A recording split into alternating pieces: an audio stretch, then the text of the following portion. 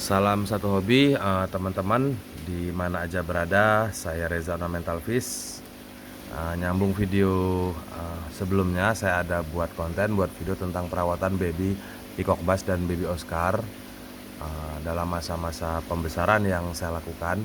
Dan untuk baby pibasnya di video sebelum ini udah saya kupas tuntas.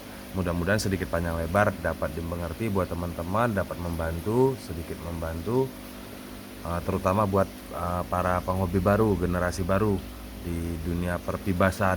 Nah, ini nyambung video perawatan pembesaran baby Oscarnya. Ini kebetulan ada baby Oscar. Nah, jadi nggak banyak juga. Kebetulan juga udah berpindah ke tuan yang baru. Mudah-mudahan pada sehat, bisa tumbuh besar-besar karena saya juga nyambi jualan juga. Nah, jadi izinkan saya bercerita dahulu tentang Oscar. Sebenarnya ikan Oscar ini ikan yang sangat unik, ikan yang cantik. Jadi keanekaragaman jenis dan warna membuat keistimewaan tersendiri lah bagi para penghobinya. Nah, karena saya juga nyambi jualan, saya rasakan sendiri hanya grafik untuk penghobi baru. Intinya generasi baru untuk di ikan Oscarnya agak sedikit berkurang. Nah, di sini kalau persepsi saya pribadi, yang pertama memang harga yang agak besar-besar memang tergolong agak cukup mahal. Uh, jadi untuk harga yang murah meriah, ukuran kecil-kecil seperti ini kurang lebih 1 in lah ya, 1 in itu udah murah meriah sampai ke 7-8 cm. Nah, itu sudah sedikit agak murah meriah.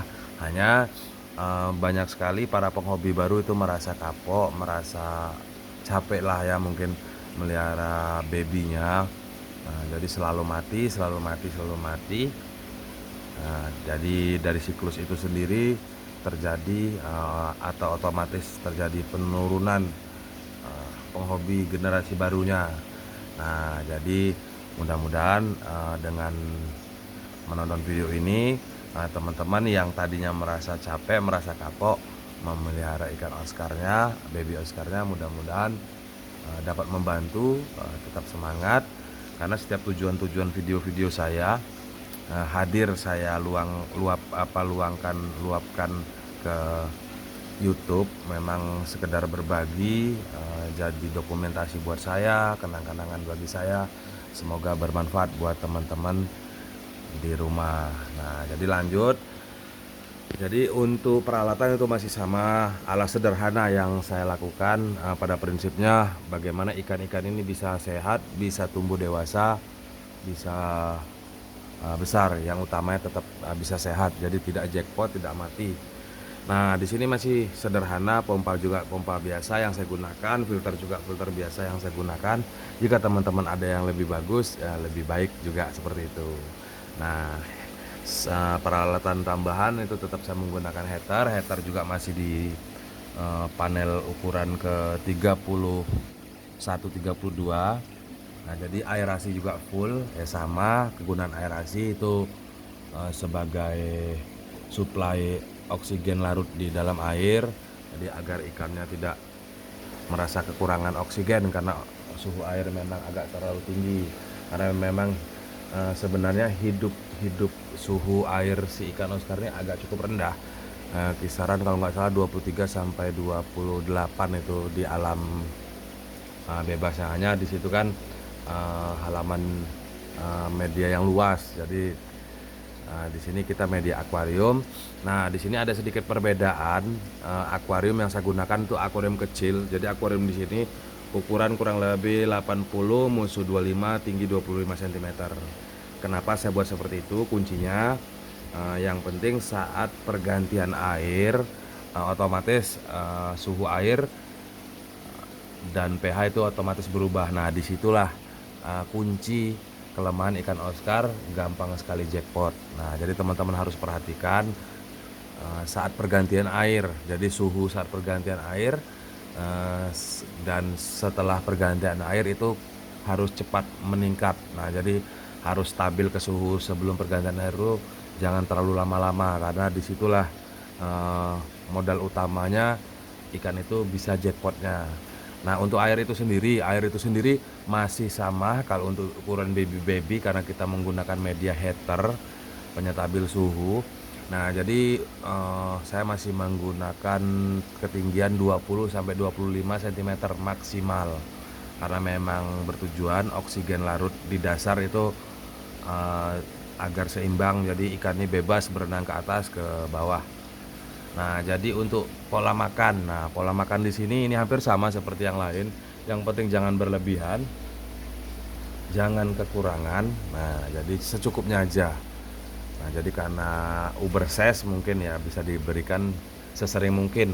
Pada kuncinya proses reproduksi makan kalau untuk baby karena dia kan cacing beku itu mulai dari 4 sampai 6 jam.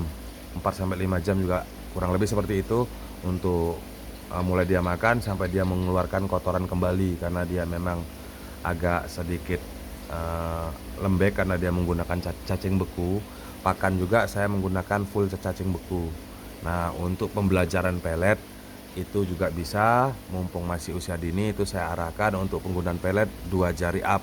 Itu sudah belajar makan-makan pelet kalau untuk predator-predator peliharaan teman-teman. Nah, jadi untuk filter juga itu saya sarankan sering-sering dicek, sering-sering diganti busanya. Jadi agar tetap air tidak terkontaminasi terhadap kotoran. Yang keduanya tidak timbul bakteri amoniak yang sangat berbahaya buat si ikan babynya.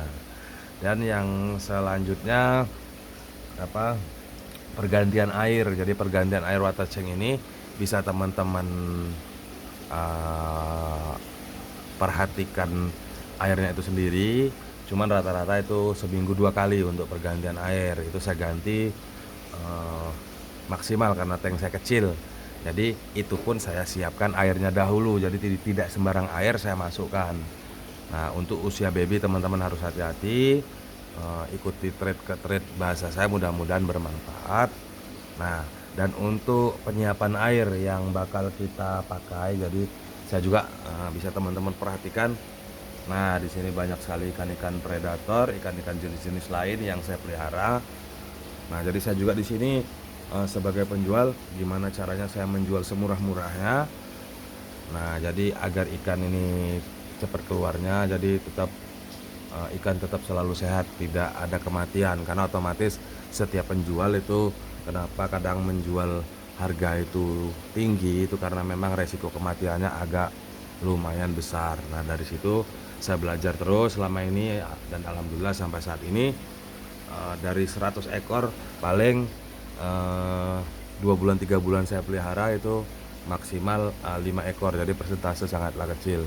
Itu juga karena dia bergerombol, bersifat saling mengganggu ke kanibal itu sendiri. Nah, jadi tetap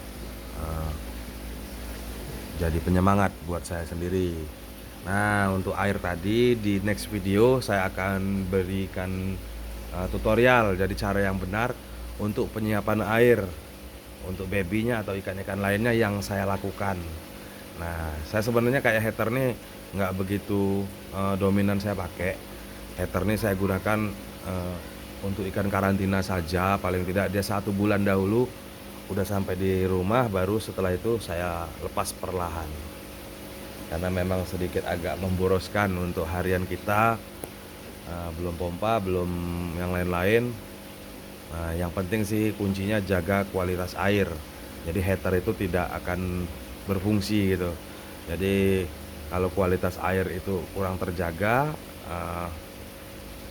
tanpa filter, amoniak yang hidup di suhu rendah itu bakal berkembang dengan cepat dan bakal menyebabkan penyakit-penyakit pada ikan dan dapat mengakibatkan kematian. Nah, jadi sedikit berbincang-bincang tentang perawatan baby Oscarnya. Mudah-mudahan bermanfaat buat teman-teman di rumah, terutama buat para penghobi barunya. Dan buat teman-teman di rumah yang masih kurang mengerti, mungkin bisa kontak saya langsung di nomor WhatsApp saya, sorry. Nomor WA lah intinya, nomor WA saya 0813 6897 0499 untuk info pemesan boleh, untuk konsultasi perawatan dengan senang hati kita sama-sama menjalin silaturahmi, monggo. Jadi mudah-mudahan bermanfaat. Salam satu hobi, salam satu air. Salam Reza Ornamental Fish.